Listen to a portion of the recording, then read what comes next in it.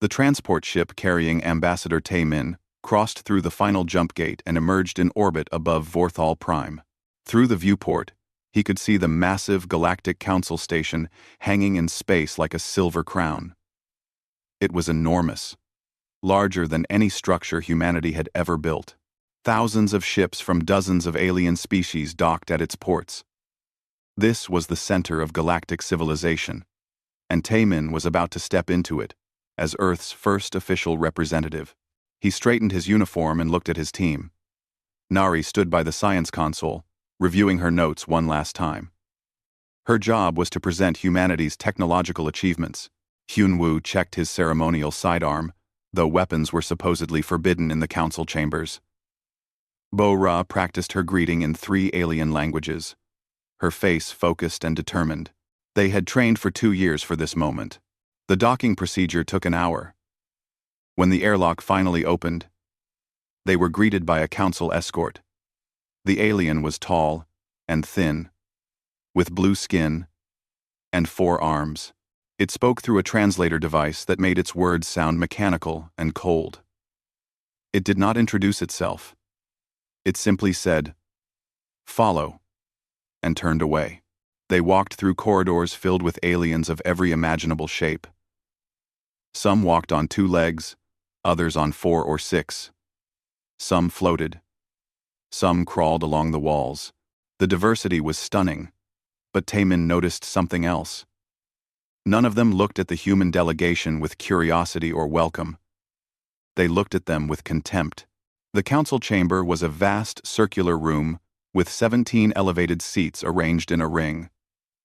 Each seat held a representative from one of the founding species. At the highest seat sat Councillor Vrex of the Talvoran Empire. He was massive, covered in dark scales, with eyes that glowed like embers. When he looked down at Taemin, his expression was one of barely concealed disgust. Taemin stepped forward and bowed respectfully. "Honored members of the Galactic Council, I am Ambassador Taemin of Earth. On behalf of humanity, I thank you for this opportunity to join the galactic community.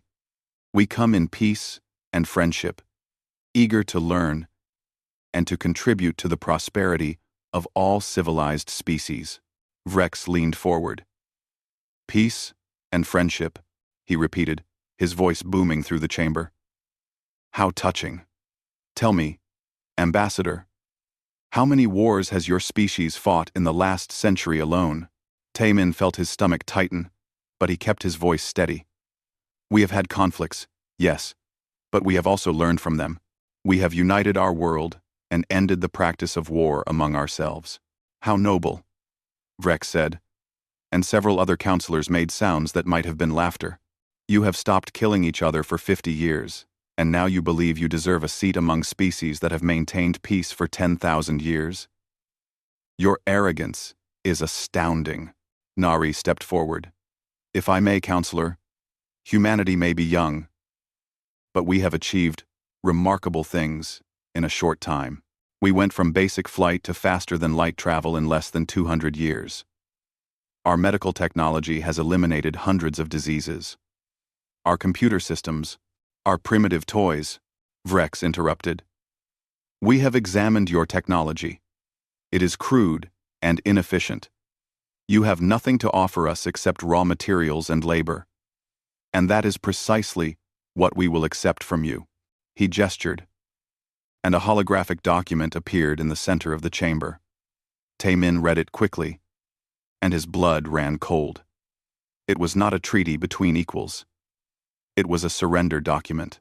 Humanity would be classified as a client species, subject to council authority for 1,000 years. Earth's resources would be controlled by the council. Human ships could not leave their own solar system without permission. Earth's population would be capped at 5 billion.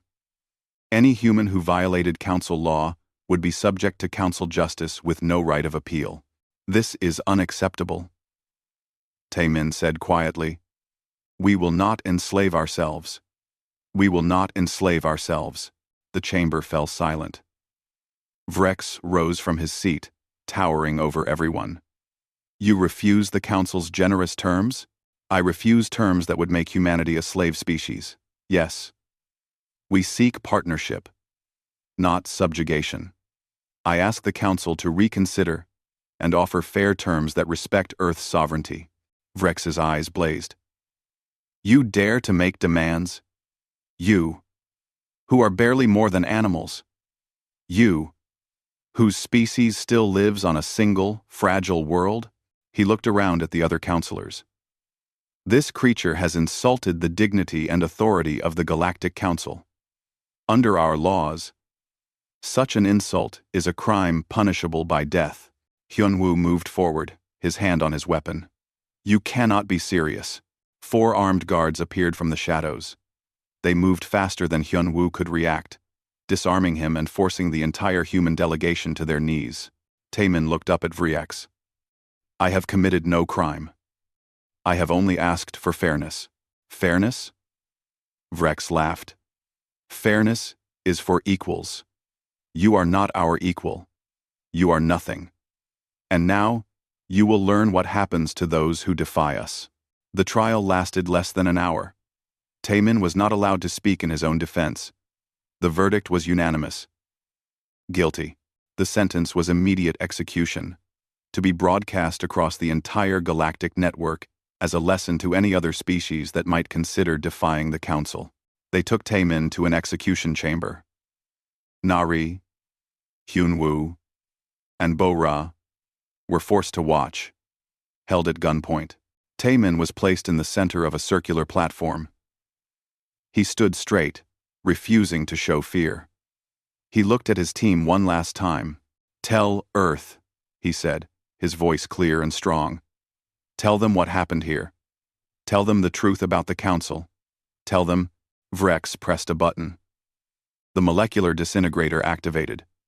Taemin's body began to glow. He did not scream. He kept his eyes open, kept looking at his team, until the very end. And then he was gone. Torn apart atom by atom, scattered into nothing. The broadcast went out across thousands of worlds.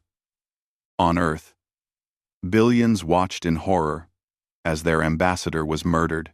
In the Unity Council chambers, President Daejung sat frozen, unable to believe what he had just witnessed.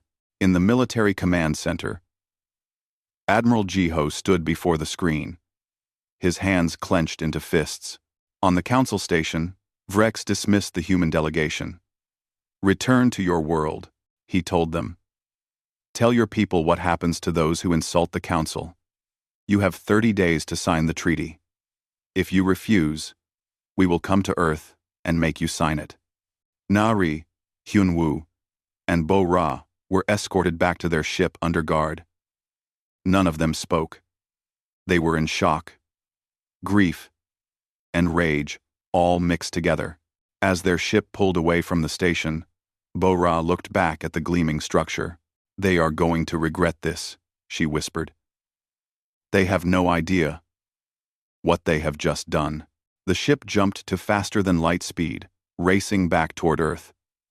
Behind them, the Galactic Council returned to its business, confident and secure in its power. They had dealt with the human problem. They had shown the galaxy what happened to upstarts and primitives who did not know their place. They had made their biggest mistake in 10,000 years. The news of Taemin's execution reached Earth exactly 18 hours after it happened. Every screen on the planet showed the same terrible footage. People watched their ambassador murdered in cold blood for the crime of asking to be treated fairly. The reaction was immediate and explosive. Riots broke out in major cities.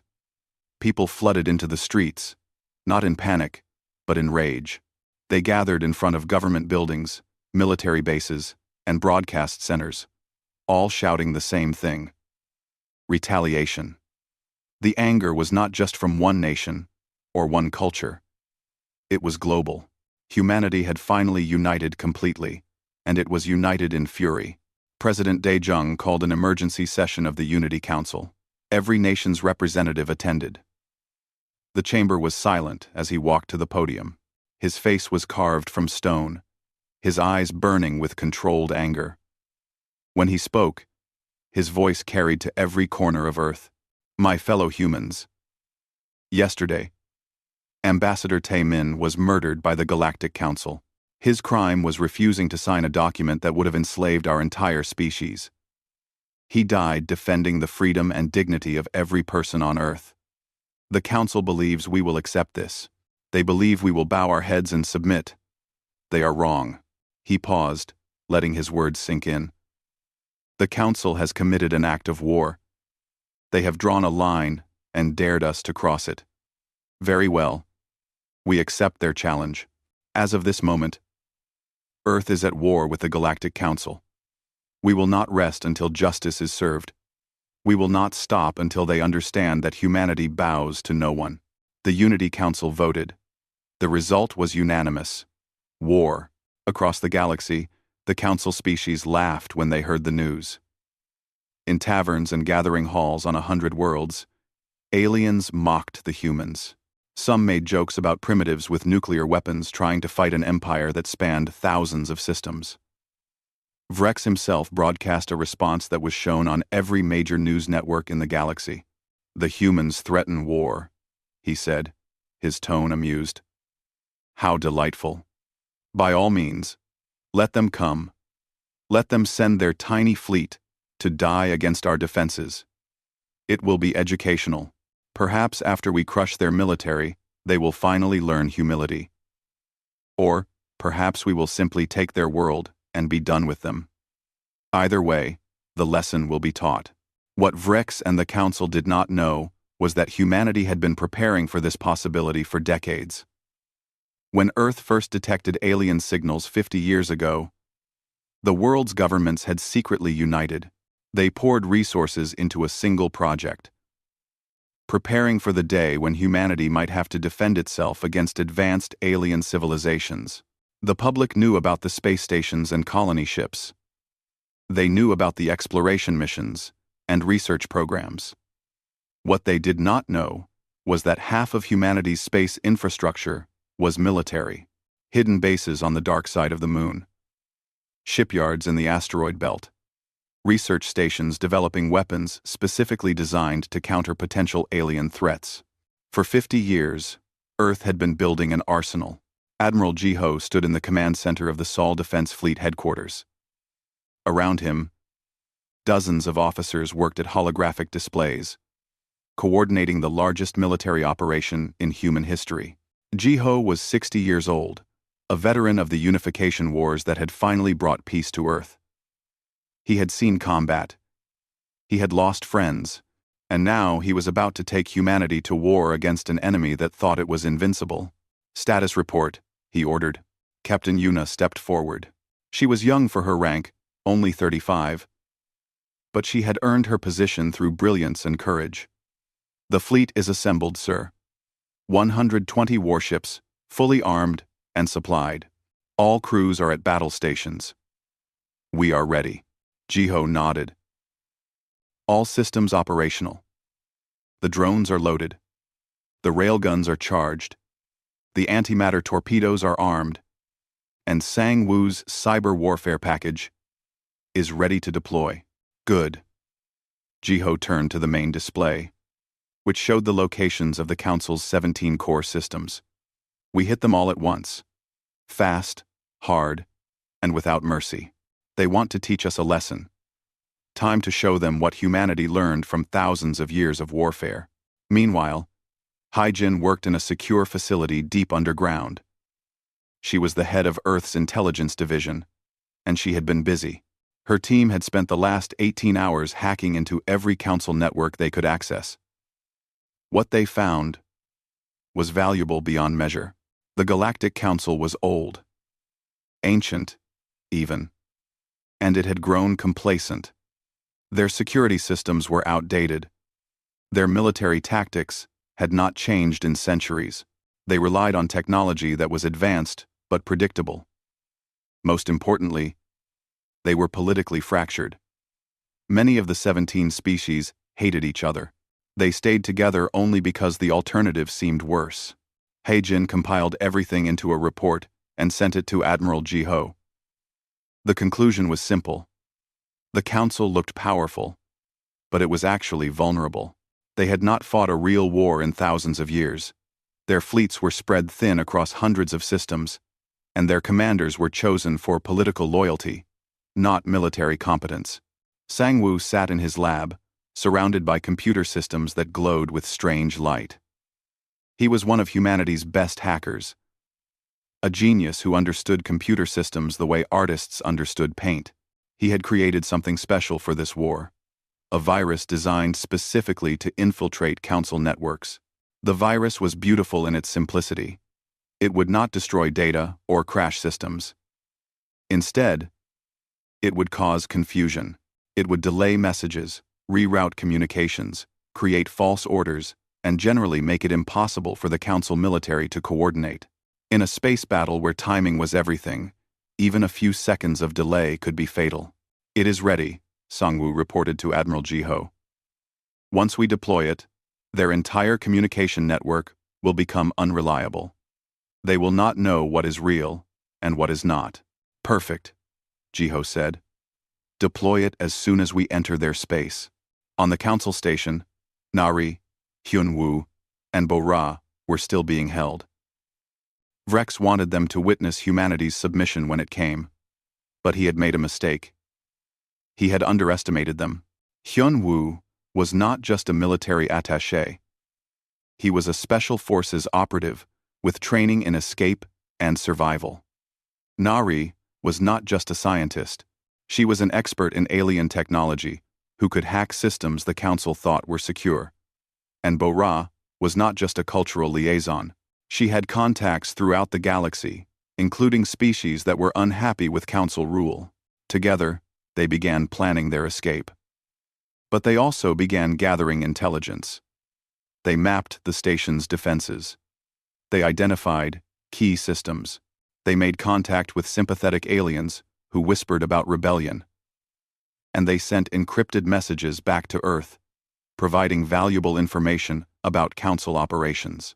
One of those sympathetic aliens was an engineer named Krev. His species had been conquered by the Council 200 years ago. He had been forced to work maintaining the station's systems. He hated the Council with a quiet, burning intensity. When Bo-ra approached him carefully and offered alliance, he agreed without hesitation.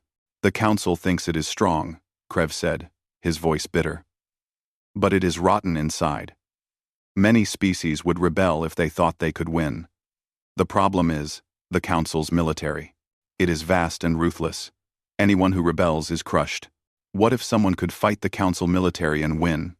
Bo-ra asked. Krev looked at her with his strange, multifaceted eyes. "Then everything would change. The galaxy would change. But who could do such a thing? No single species has ever defeated the Council." "Round," Bo-ra smiled. "No single species has ever tried the way humanity is about to try." On Earth, President Dae-jung addressed the world one final time before the attack began. "In a few hours, our fleet will strike at the Galactic Council. We do this not out of hatred, but out of necessity. We do this not to conquer, but to be free. We do this because if we do not fight now, we will never have another chance. I will not lie to you. Many will die in this war. But their sacrifice will ensure that future generations of humans live in freedom. Tae-min showed us the way. Now, we must follow it to the end." Admiral Ji-ho boarded his flagship, the Retribution. It was the largest warship humanity had ever built, bristling with weapons that had never been tested in real combat. He stood on the bridge and looked at his crew. They were young, most of them. They had volunteered for this mission knowing they might not return. "Today we make history," Ji-ho said. "Today we show the galaxy what humanity is capable of. Today we avenge Ambassador Tae-min. Helm. Set course for the Talvoran home system. Maximum speed. All ships, prepare for combat." The fleet jumped to faster than light speed. 120 warships racing toward battle. Behind them, Earth watched and waited. Ahead of them, the Galactic Council sat secure in its power, unaware that everything was about to change. The human fleet dropped out of faster than light speed at the edge of the Talvoran home system. Alarms immediately began screaming on every Talvoran ship and station. An unknown fleet had just appeared without warning. Enemy contacts, 120 strong, moving in perfect formation toward the inner planets. War Marshal Drenok was having dinner when the alert came. He was old for a Talvoran, nearly 300 years, and he had never fought in a real battle. There had been no need. The Council's reputation alone was enough to keep order. He rushed to the command center, still chewing his last bite of food. "Report," he barked. "Unknown fleet, sir. Human design. They are not responding to hails. They are not slowing down. They appear to be on an attack vector toward our orbital defenses." Drenok laughed. "The humans actually came. The fools. How many ships do we have in the system?" 340, sir. Plus our orbital defense platforms. We outnumber them almost 3-1. Then this will be over quickly. All ships, battle formation. Destroy the human fleet. Leave no survivors. On the bridge of the Retribution, Admiral Jiho watched the Talvoran fleet scramble to intercept them. His expression did not change. This was exactly what he had expected. The Council fought in predictable ways. They formed standard battle lines, powered up their energy weapons, and prepared for a traditional engagement. They had done it the same way for thousands of years. Humanity fought differently. "All ships, execute plan scatter," Jiho ordered. "Release the drones. Activate the railguns. Fire on my mark." The human fleet suddenly broke formation. Instead of maintaining a solid battle line, the ships spread out in seemingly random patterns. The Talvoran commanders were confused. This was not proper fleet tactics. This was chaos. Then the drones launched. From each human ship, hundreds of small spheres shot out into space. They were no bigger than basketballs, but each one carried a small fusion engine and a simple AI. They moved fast, accelerating to speeds the Talvoran sensors could barely track. Within seconds, there were over 100,000 drones swarming toward the enemy fleet. "What are those?" Drenok demanded. "Some kind of missile?" "Unknown, sir. They are too small for proper warheads. They are not following standard missile trajectories. They are swarming." The drones reached the first Talvoran ships.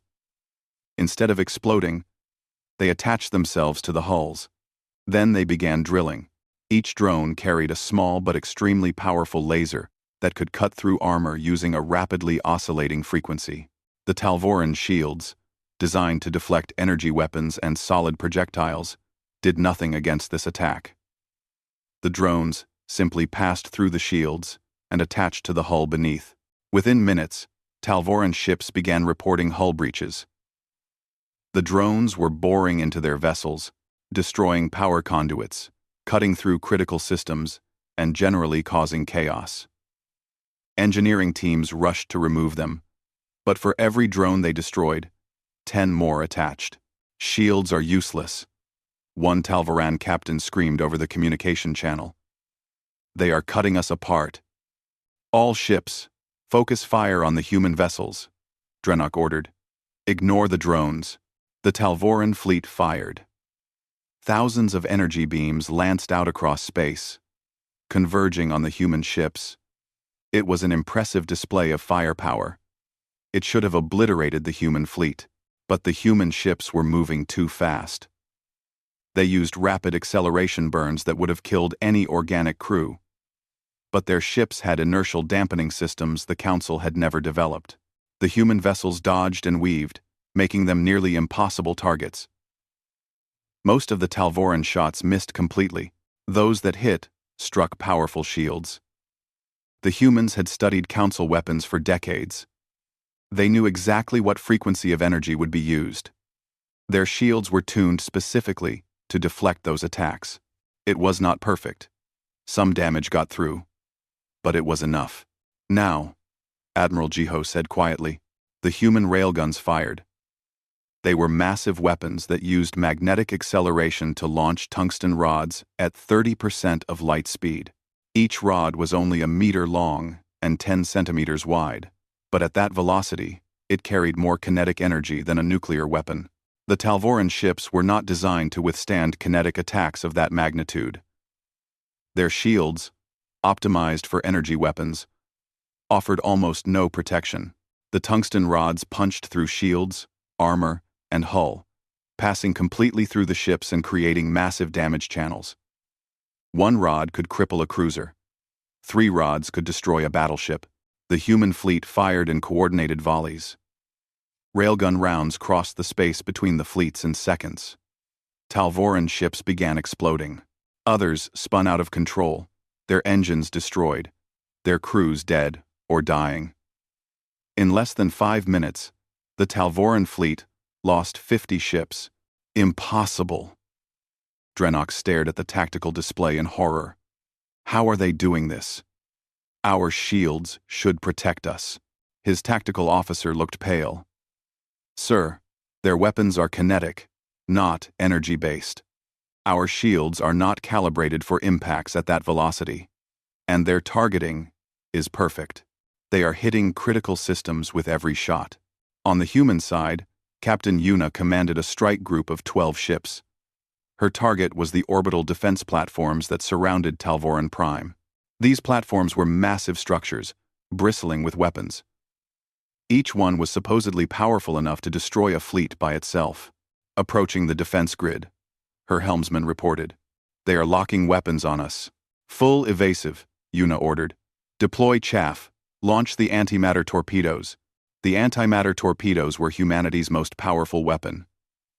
Each one carried a small amount of antimatter, suspended in a magnetic bottle.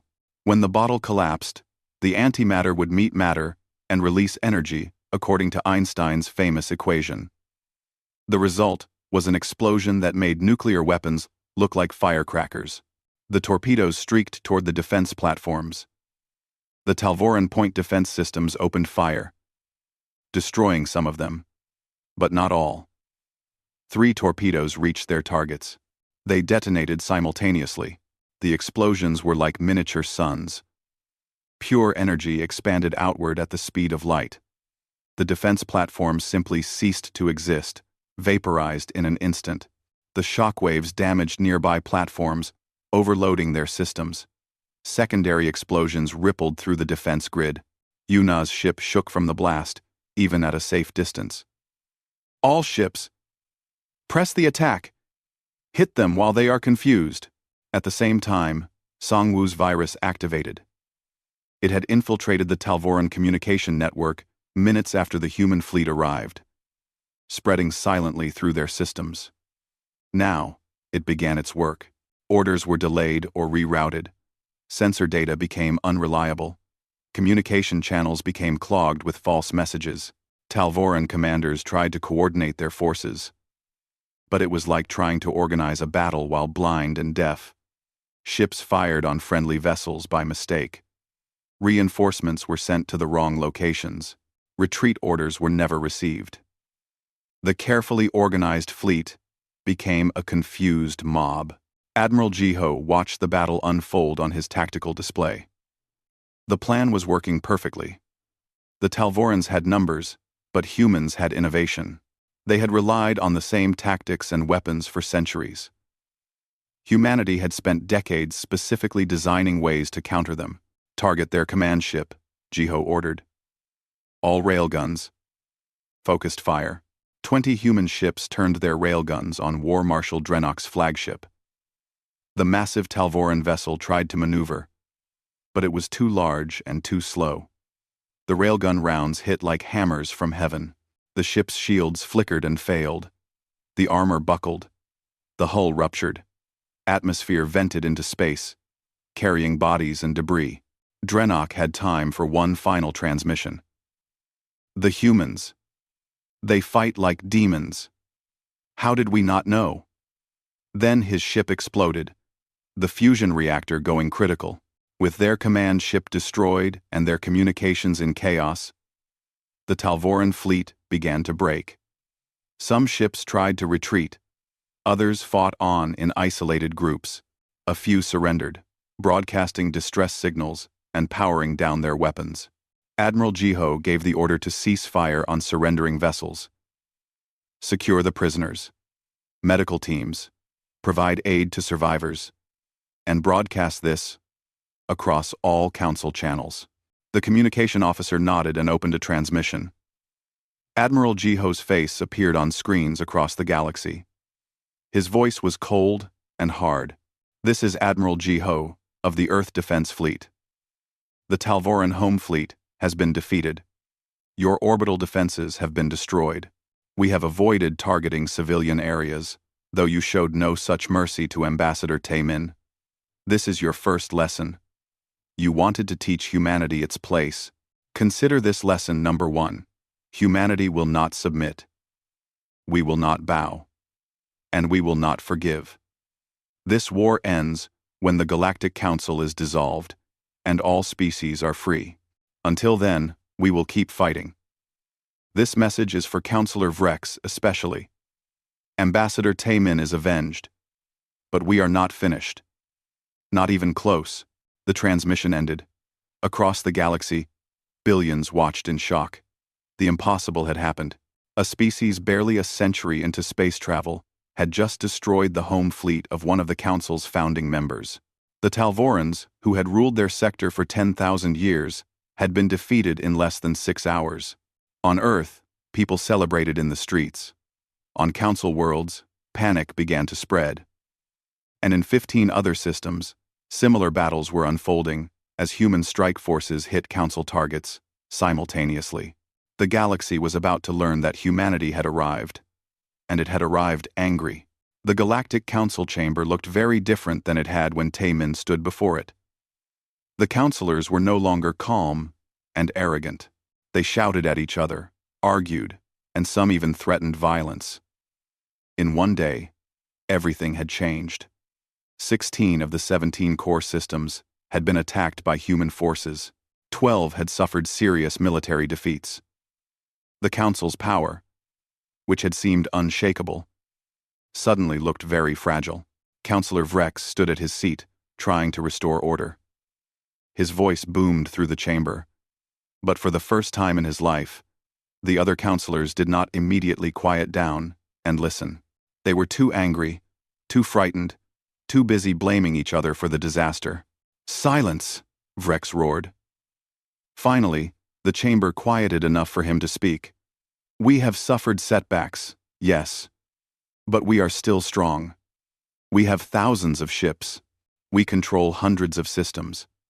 One species, no matter how vicious, cannot defeat us all." Counselor Mara of the Zindal Collective stood up. She was small and reptilian, but her voice cut through the room like a knife. "Setbacks? You call this setbacks? The Talvoran home fleet is destroyed. Our communication networks are compromised. Our defense platforms are burning, and those are just the military losses. Have you seen the reports from the worlds we control? They are celebrating. They see the humans as liberators, not enemies." "Lies spread by human propaganda," Vrex said dismissively. "Are they?" Another counselor stood, representing the Corvan species. "I have reports from my own intelligence services. The humans are broadcasting evidence of our crimes. They are showing the galaxy things we have kept hidden. Slave worlds, genetic experimentation, technologies we suppressed. They are destroying our reputation, along with our fleets." Vrex slammed his fist on the console. "Then we must respond with total war. We must gather every ship, every weapon, and crush Earth completely. We must show the galaxy what happens to those who defy us. And if we lose?" Mara asked quietly. "What if we send our full fleet to Earth and the humans destroy it? What then? We will be defenseless, and every species we have oppressed for centuries will rise up against us. We will not survive. In reported us. Ol. In River. The humans cannot defeat our full might," Vrex insisted. "They have been lucky, catching us by surprise. But in a direct confrontation, we will crush them. Will we?" The Corvan counselor pulled up tactical reports. Look at these analyses. The humans fight in ways we have never encountered. Their technology is different from ours. They use kinetic weapons we cannot defend against. Their cyber warfare is more advanced than anything we have. Their tactics are unpredictable. And, most importantly, they are united. Every human on Earth supports this war. Can you say the same for our people? The chamber fell silent. Everyone knew the answer. The Council's various species barely tolerated each other. They stayed together because it was profitable, and because they were too powerful for anyone to challenge.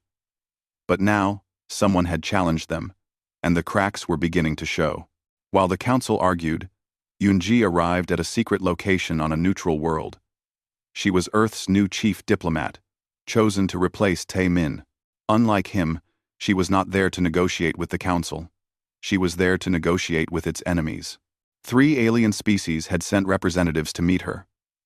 They were smaller powers, part of the Council's client states, forced to serve, but hating every moment of it. They sat in a dark room, looking nervous but hopeful. "Why should we trust you?" one of them asked. "The Council has crushed every rebellion for 10,000 years. If we help you and you lose, they will exterminate our entire species." Yunji met their eyes calmly. "I cannot guarantee we will win.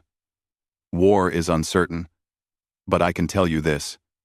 Humanity will never stop fighting. We will never surrender. We will either free ourselves, or we will die trying. And if you help us, you will have a chance to be free too. If you do nothing, you will stay slaves forever." "What do you want from us?" another asked. "Information. Safe havens for our ships. Access to your manufacturing capabilities. In return, when we win, you will be founding members of a new galactic order, one based on equality, not domination." The aliens looked at each other. Finally, one of them nodded. "We will help you. But if you betray us, our dying curse will follow humanity forever." "Understood," Yunji said. "Welcome to the Alliance." On the Galactic Council Station, Nari, Hyunwoo, and Bo-Ra were preparing their escape.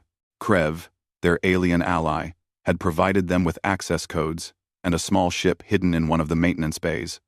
But before they left, they had one more task. Nari sat at a stolen computer terminal, hacking into the station's database. What she found there made her sick. The Council had been collecting information on every species it encountered, looking for weaknesses to exploit. Genetic data, psychological profiles, cultural vulnerabilities. They had used this information to conquer and control hundreds of species over thousands of years. But there was something else. Hidden deep in the files were records of suppressed technologies. The Council had discovered or stolen advanced inventions from various species and then hidden them away. Medical treatments that could cure diseases. Energy systems that were clean and nearly unlimited.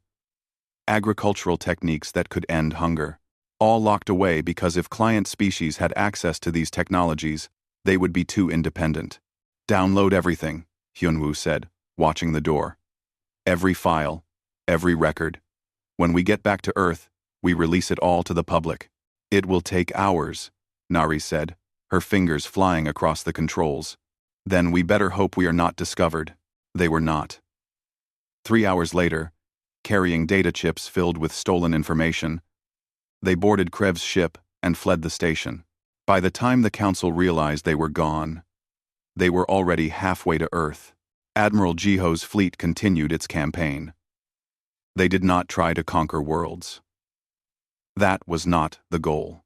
Instead, they struck at military targets, destroyed Council infrastructure, and liberated subjugated species. Every world they freed became a potential ally. Every Council base they destroyed weakened the enemy. Captain Yuna led a mission to a prison world where the Council kept political dissidents and rebels. The guards surrendered without a fight when they saw human warships in orbit. Yuna walked through the prison, opening cells and freeing thousands of beings who had been locked away for daring to question Council authority. One of them, an elderly alien who had been imprisoned for 40 years, grabbed her hand. Why? He asked. Why do you risk everything for us? We are nothing to you. Yuna smiled.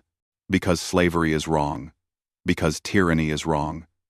Because every being deserves freedom. We fight for ourselves, yes. But we fight for you too. The freed prisoners spread the word. The humans were not conquerors. They were liberators. More species began to openly support them. Some even contributed ships and soldiers to the human fleet. On Earth, President Dae-jung dealt with political pressure from all sides. Some demanded total conquest of the Council worlds. They wanted revenge, complete and absolute. Others feared escalation, worried that the Council might use weapons of mass destruction against Earth itself. Dae-jung listened to everyone, then made his decision. He broadcast a message to both Earth and the galaxy. Humanity seeks neither conquest nor revenge. We seek justice and freedom. We call upon the Galactic Council to dissolve itself peacefully. We call upon all species to join us in creating a new system, one based on equality and mutual respect. But make no mistake, if the Council refuses, we will continue this war until they have no choice. The Council's response came from Vrex. His face appeared on screens across the galaxy, twisted with rage. The humans will be destroyed. Every last one of them. I am activating the Council's ultimate deterrent. If they do not surrender within 48 hours, we will sterilize their homeworld. Earth will become a dead rock, a warning to anyone who dares challenge us. The galaxy held its breath. The Council's ultimate weapon was real.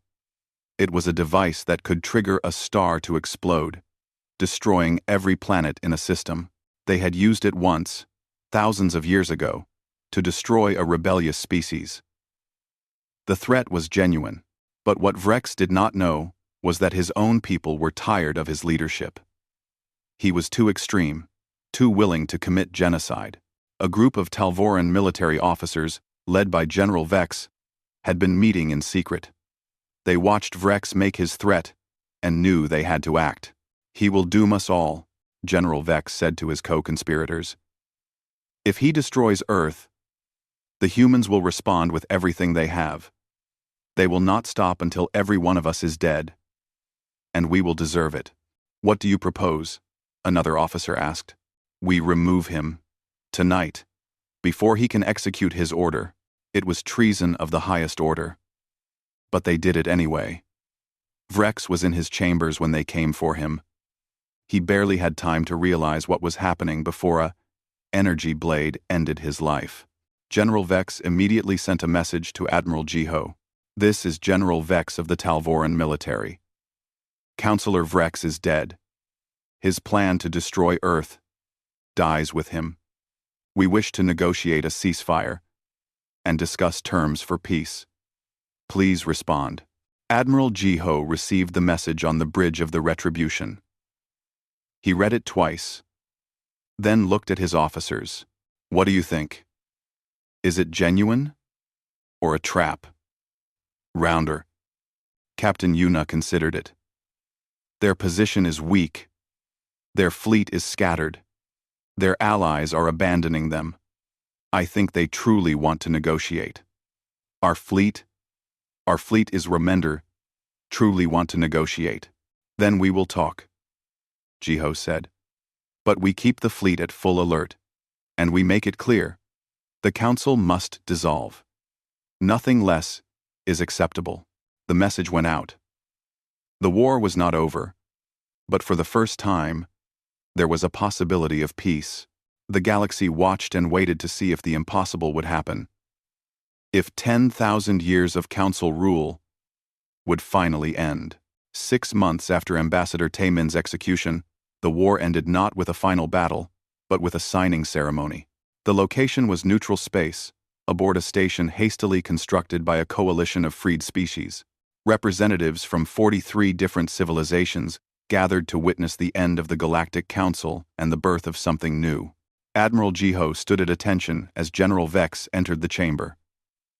The Talvoran officer looked older than his years, tired from months of fighting and political maneuvering. He had spent the last 6 months convincing his people that surrender was the only path to survival. Many had called him a traitor. Others had tried to assassinate him, but he had persevered, and now he was here to end it. "Admiral," Vex said, inclining his head respectfully, "on behalf of what remains of the Talvoran Empire, I offer our unconditional surrender." Jiho did not smile. Too many had died for this moment to feel like a celebration. "Your surrender is accepted. The terms are as follows. All Council military forces will stand down immediately. All subjugated species will be released from their obligations. All suppressed technologies will be made public, and the Council will officially dissolve, never to be reformed." "We accept," Vex said quietly. "Though I ask one thing. The Talvoran people were not all responsible for the Council's crimes. Many of us were just following orders, not knowing the full truth. I ask that you judge us as individuals, not condemn us all as monsters." Jiho studied him for a long moment. "Justice, not revenge. That is what President Daejung promised, and that is what humanity will deliver. Those who committed crimes will face trial. Those who simply served will be free to rebuild their lives. That is the difference between us and the Council. We see individuals, not just species." The formal surrender document was signed. Cameras broadcast the moment across the galaxy. The Galactic Council, which had ruled for 10,000 years, was no more. The age of forced unity had ended. What would replace it was still uncertain. President Daejung arrived at the station 2 days later for the real work. Building something better. He met with representatives from dozens of species in a large conference hall. Some were former council members, others were newly freed client states, and a few were neutral powers that had watched the war from the sidelines. "Thank you all for coming," Daejung began. "The Council is gone, but we cannot leave a power vacuum. The galaxy needs structure, needs cooperation, but it must be based on different principles than what came before." He pulled up a holographic document. "My team has drafted a proposal. We call it the Galactic Assembly Charter. Its core principles are simple. Every species is sovereign. Every species has an equal vote. No species can be forced to join, and any species can leave if they choose. Disputes are resolved through negotiation and mediation, not force. Technology and knowledge are shared freely, and military force can only be used in self-defense or with the unanimous approval of the Assembly." Councillor Mara, one of the few former council members who had supported the peace, raised her hand. "What about humanity? You have proven yourselves the most powerful military force in the galaxy. What prevents you from becoming the new council, imposing your will on everyone else?" "Nothing prevents us except our own choice," Daejung admitted. "We could try to rule the galaxy, but we would not want to. Humanity fought this war for freedom, not for power. We will take only 3 seats in the Assembly's governing council, the same as every other founding member. We will have no special privileges, no veto power, no exceptions. And if we do not trust you?" Another representative asked. "Then do not join." Daejung said simply, "The Assembly will succeed, or fail, based on whether species choose to participate voluntarily. We will not force anyone. That is the whole point." The debate lasted for weeks. Some species were suspicious of human intentions. Others worried about their own security without the Council's protection. A few tried to negotiate special privileges for themselves, but slowly, consensus formed. The alternative to the Assembly was chaos, and chaos favored the strong over the weak. At least the Assembly offered a chance for fair treatment. Finally, the vote came. 43 species agreed to form the Galactic Assembly. The charter was ratified. Elections were held for the governing council. Yoonji ran for the position of Secretary General, the Assembly's chief administrator. Her opponents included experienced diplomats from species with thousands of years of galactic politics behind them. But when the votes were counted, She won by a wide margin. Species that had been freed by human forces supported her. Species that had watched humanity keep its promises about justice and equality supported her. Even some former council species supported her, seeing her as the best hope for a stable future. On Earth, a memorial was constructed in the center of the Unity Council Plaza. It was a simple black stone wall with names carved into it. At the top, in letters larger than the others, was Ambassador Taemin's name. Below were the names of every human who had died in the war. There were thousands of them. Soldiers, pilots, engineers, medics, people who had given their lives so that humanity could remain free. The dedication ceremony was attended by millions. President Dae-jung spoke. His voice carried across the planet. We remember these names. We honor their sacrifice. Because of them, humanity is free. Because of them, hundreds of other species are free. The cost was high, but the alternative was slavery. We chose freedom, and we paid the price for it. Let us never forget what that price was. Nari stood in the crowd, watching the ceremony. Beside her were Hyunwoo and Bo-ra, the only survivors of Taemin's original diplomatic team. They had each found new roles in the peace. Hyunwoo had retired from military service and now taught at the new Galactic Defense Academy, training officers from dozens of species. Bo-ra worked with the Assembly's cultural exchange program, helping different species understand each other. Nari had perhaps the most important job of all.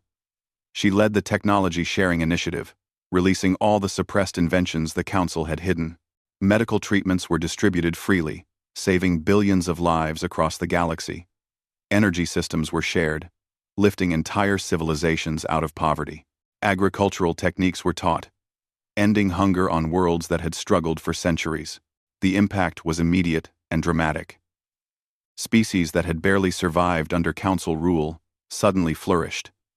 Diseases that had plagued civilizations for millennia were cured. Worlds that had been polluted and dying were cleaned and restored. The galaxy experienced a renaissance. Not everyone was happy with the new order. Some former Council species resented their loss of power. Criminal organizations took advantage of the transition period, and piracy increased in systems without strong defenses. Some worlds descended into civil war as old grievances, suppressed by the Council for centuries, finally exploded. The Assembly was not perfect. There were arguments, disputes, and occasional violence. But there was also hope. For the first time in 10,000 years, species could determine their own futures. They could succeed or fail on their own merits, not based on whether they had Council approval. Admiral Ji-ho retired from military service 6 months after the war ended. He was offered positions of power, leadership roles in the new Assembly Defense Force, even political offices. He declined them all. Instead, he returned to Earth and bought a small house by the ocean. He wanted peace, quiet, and time to process everything he had done. But he could not escape his fame. His tactics and strategies were studied at military academies across the galaxy. His name became legendary, the human who had broken an empire. Young officers from 100 species came to seek his advice. He usually turned them away, but occasionally he would talk to them, sharing lessons he had learned. One day, a young Talvoran officer arrived at his door. She was nervous, clearly expecting to be rejected or insulted.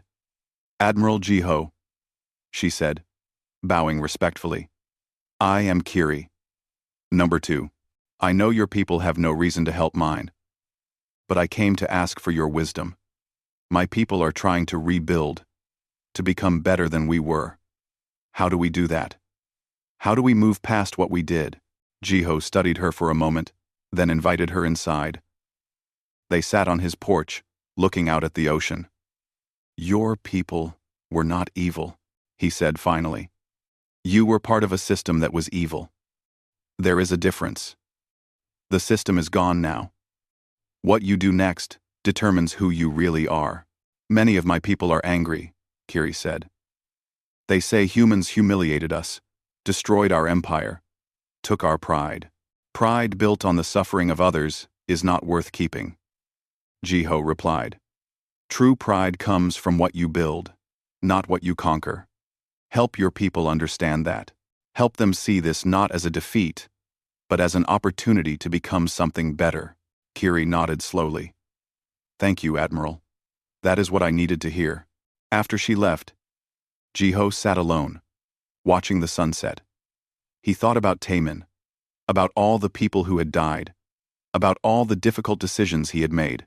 War was necessary, but it was not glorious. It was brutal and ugly, and it left scars on everyone it touched. He hoped the new generation would remember that. He hoped they would work to make sure such a war never had to be fought again. Bo-Ra, now working as the Assembly's chief historian, spent 2 years writing the definitive account of the war. She interviewed survivors from all sides, collected documents and recordings, and pieced together the complete story. Her book, titled The Price of Freedom, became required reading in schools across dozens of worlds. In the introduction, she wrote, The Galactic Council believed humanity was primitive. They believed we could be easily controlled or destroyed. They were wrong on both counts. But this is not a story about human superiority. It is a story about the power of determination, the importance of unity, and the courage to stand against tyranny, even when victory seems impossible. Many species could have done what humanity did if circumstances had pushed them to it. The final chapter of her book described the Assembly's first anniversary celebration. Representatives from over 100 species gathered on the new Assembly Station, a massive structure built cooperatively by dozens of worlds. They shared food, music, and stories. Former enemies talked and laughed together. Children from different species played in the corridors. Bo-Ra stood at an observation window, watching ships from countless worlds dock at the station. Each one carried delegates, trade goods, cultural artifacts, or students coming to study. The station was a symbol of what cooperation could achieve. Beautiful, is it not? A voice said beside her. She turned to see Krev, the engineer who had helped them escape the council station. He now worked on the assembly station, helping maintain its systems. Very beautiful, Bo-Ra agreed. Sometimes I cannot believe this is real. 6 months ago, we were at war. Now look at us. It is fragile, Krev said. The peace, the cooperation, all of it. It could fall apart if we are not careful. Then we must be careful, Bo-Ra said. We must work every day to maintain it. That is the price of freedom. Constant vigilance, constant effort. She returned to her office and sat at her desk, looking at a photograph on the wall. It showed Taemin and his diplomatic team before they left for the council station. They all looked so hopeful, so optimistic. Taemin stood in the center, smiling. We did it, Bo-Ra whispered to the photograph. We made your sacrifice mean something. The galaxy is free because you refused to bow. I hope, wherever you are, you can see what we have built. Outside her window, the galaxy turned. Millions of worlds, billions of beings, all living their lives. Some were happy, some were struggling, some were still healing from centuries of oppression, but they were all free to choose their own paths. That was what Taemin had died for. That was what humanity had fought for. That was the new dawn that rose over the galaxy, bright and full of possibility.